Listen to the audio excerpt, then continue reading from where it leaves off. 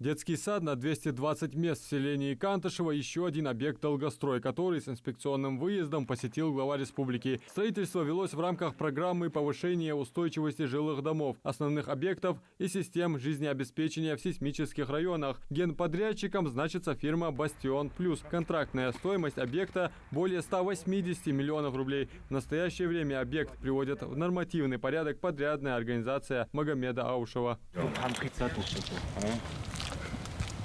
как так можно? Детский сад, почти 6 тысяч квадратных метров. Да. Ирина, сколько у тебя детей? 220 есть. 220, прямо есть. Да. Зов. Да, Беркут. Здесь больше можно. Серьезный район. Да, серьезный. Больше можно. У них 400 чем-то еще на очереди стоят. Тут стоят, да? Да. На очереди. Да, на очереди стоят. А один детский сад здесь? Два детских сада. Два. И все равно. Глава Ингушетии Махмуд Али Калиматов поручил как можно скорее открыть детский сад, тем самым обеспечив местных жителей жизненно важным социальным объектом, тем более, что малыши и родители ждут скорейшего открытия. Алгоритм уже выработан, вот стоит детский сад. Я сюда приехал.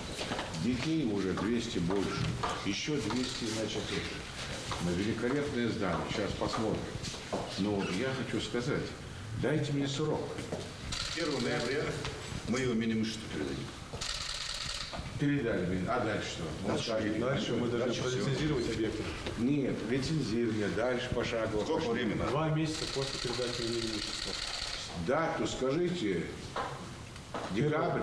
Первая декада января 25 года, не раньше, Махмуд Бахширович. Да вы что говорите? Это октябрь, ноябрь, декабрь, январь, В февраль. ноябре, если нам имущество передают, если в ноябре нам передают, Вирус, может, в январе месяце 25-го. В январе 25-го.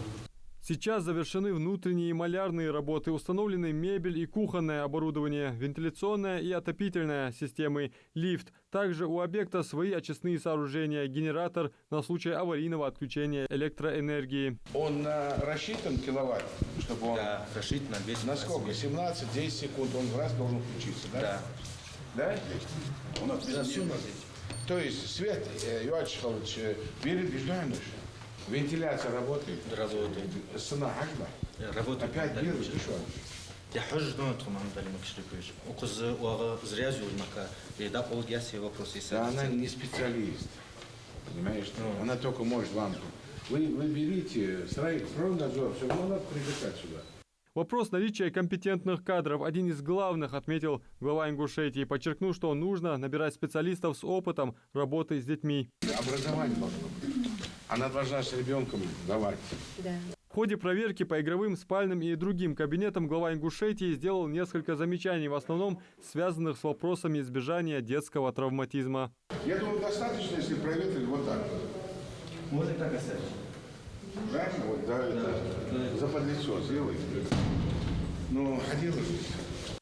Как доложили руководителю субъекта, мебель вся завезена, за исключением оборудования для прачечной, спортивного и актового залов. Нет кухонной и столовой посуды. Стиральных машин нет. Гладильник нету.